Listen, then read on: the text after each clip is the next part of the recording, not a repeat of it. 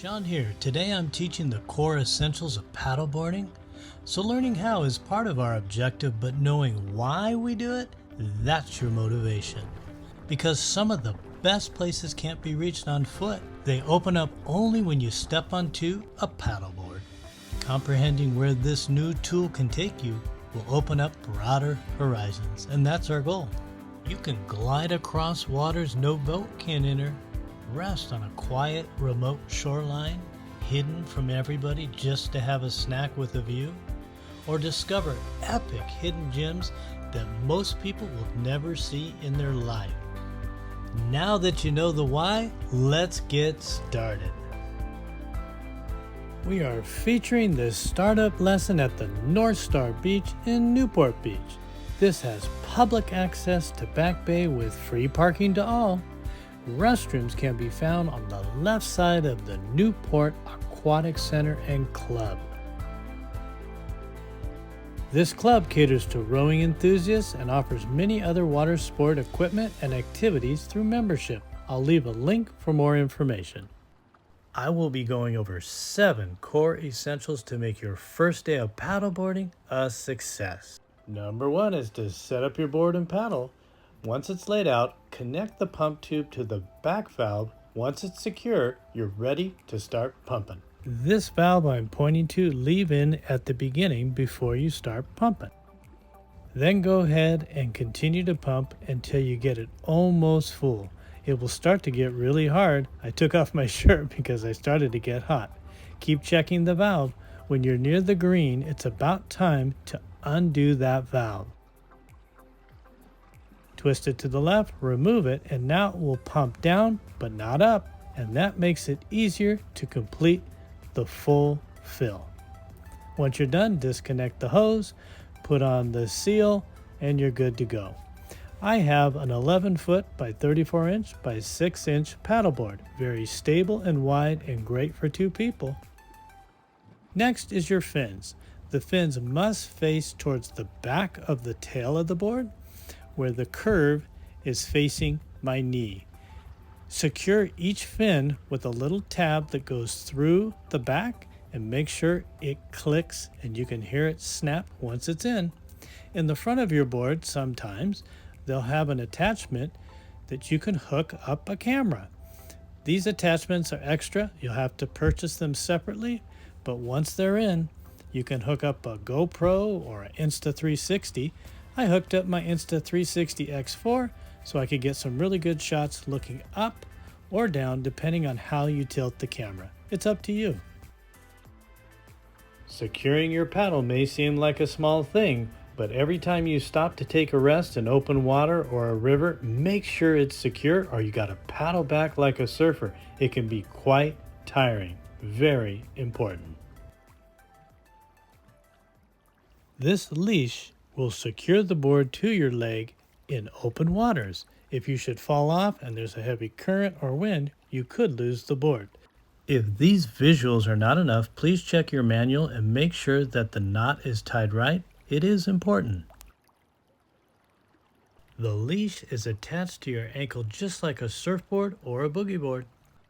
The second step is to set your paddle height. The upper arm is extended but not fully with a little bend at the elbow, and the paddle should be all the way to your feet. This way you can paddle the water without bending over. Number 3, form and paddle technique. Then start to practice your paddle on the sand. Get a feel for it. Next, stand on the center of the board with the handle strap in the middle. It's a good guide. Make sure that your feet are hips width apart and you're ready to go. Then go ahead and get on your board and make sure that the height is good, and then practice a paddle. Notice my hands switching, the upper to the lower and then the lower to the upper to do the other side of paddling. And just practice, get the muscle memory down and the rotation like it's something you do every day. For your first time getting on the board, I highly recommend getting on your knees first. You can sit back on your heels, crawl up, or snap up, but make sure you're in the center of the board and the paddle can be used for balance. This will get you ready. Now, Once you've done that, get in shallow water and just start practicing. Make sure you're in about 3 feet of water so the fins don't grab the sand, and just give it a go. But don't go too deep. Notice my feet right in the center. Number 4 is steering your paddleboard and also being able to paddle straight. It may seem simple, but it's not that easy. Keep your paddle stroke aligned with the rail of your board and you will go straight. Now let's show you turning to the left. Make a wide paddle to the right of the board and your board will start to turn left. As it turns, you can switch and back pedal, and that way it will make a sharper turn once you slow down. Now let me show you the other direction. This time we're going to go right. Just take your paddle far to the left, a wide paddle, and the board will start to turn to the right. It's that easy. Once you get the hang of it, you can start adding speed. Again, to go straight, notice how my paddle is right along the rail, and you don't have to keep switching left to right. You can do 3 to 5 paddles on one side and then make it over to the other side. Number 5 is paddling against the wind or currents. Start on your knees. It gives you greater strength and a harder paddle to go against that wind, or sit back on your heels if that feels more comfortable. Number 6, paddling without a paddle. If you should lose it, this is what you do. Get down on your stomach and paddle like a surfer, or the old school longboards used to do it on their knees. Either way will get you to a safe place. Secure that paddle. You don't want to have to do this.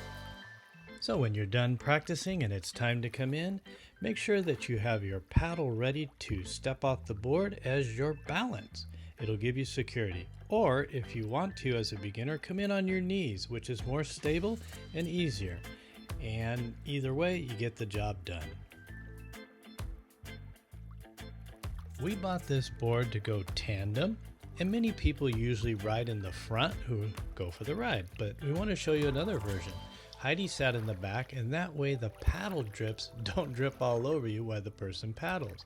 You can switch by having the person crawl underneath your legs carefully when you're relaxed and when you're not moving, and you can switch. And of course you can switch whoever paddles, that's up to you. Going tandem can be a lot of fun, and that's why we bought the board. Number 7, deflating the board. The pump has 2 sides. Attach the hose to the deflation side and pump until it's thin and flat so you can fold it up. The straps on your board are super useful for just about anything. Just make sure it's secure, and you can even use it for the paddle. The Harbor Patrol does require vests or some kind of emergency flotation. You can go with the traditional one like a vest. We went with the belt, and it has these awesome strings you pull and it fills up immediately and it's less cumbersome. Just a heads up, there's one other place to back bay. It's called Lower Castaways Park. This is what it looks like when you enter. You can park there from 6:01 a.m. to 10:59 p.m. So here's one of the launch spots, Lower Castaways, and you just pull out right here. Got a little bit of a light onshore breeze, nothing too hard this morning, but here's one of your options. And of course you could go towards the harbor and go through the boats, which would be really cool.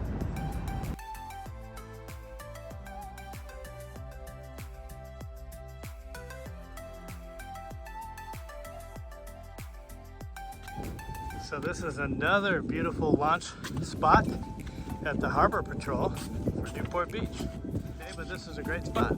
It is. They actually provide water to rinse your paddleboard. Pretty neat. And there's the launching spot right there. And here's your beautiful launch spot right here. So this is one of the beautiful spots in the Newport Harbor that you can launch. Right behind the Newport Beach Harbor Patrol. You got a place to have lunch afterwards or snack. Not bad. Food here. And you could play a little volleyball if you want. Heidi wasn't born tall enough. This next launching spot is right next to Pirates Cove on the right. You'll see some stairways going down. You follow all the way to the right and it opens up to the most private, secluded beach. great for moms and their little kids. I don't think too many people know about this, and it's super awesome. So you head down these stairs, go around the houses to the left. It is public access here, and as soon as you make that left, the beach will open up to you. There are no waves here because it's protected by the jetties, just like Pirates Cove. And if you're looking for a day of privacy and no one, this is where you come. I believe it's high tide right now, and the conditions were perfect. But we're going to show you the other side. There's even another beach. Cove Street and Fernleaf Avenue. Another beautiful beach. They're doing a little photo shoot down there. So private, you could probably do that here. Well, that concludes our paddleboard lesson, giving you those 7 core essentials to have your first successful day out on the water. Not only that, we showed you 4 new places you could launch. And like always, we'll put links in the description that you can click and get to these spots. But remember, it's why we paddleboard, the scenes, the places that you can't swim to, you can't boat to, places your feet can't even take you to. That's what paddleboarding is all about. And some of the places I've been able to go to have that adventure, honestly, is on another level. I highly recommend learning to paddleboard. It'll open up another dynamic of adventure you haven't even thought of. So until your next adventure, remember, explore nature with us at Hikebytes, one bite at a time. See you on the next one. Thanks for watching.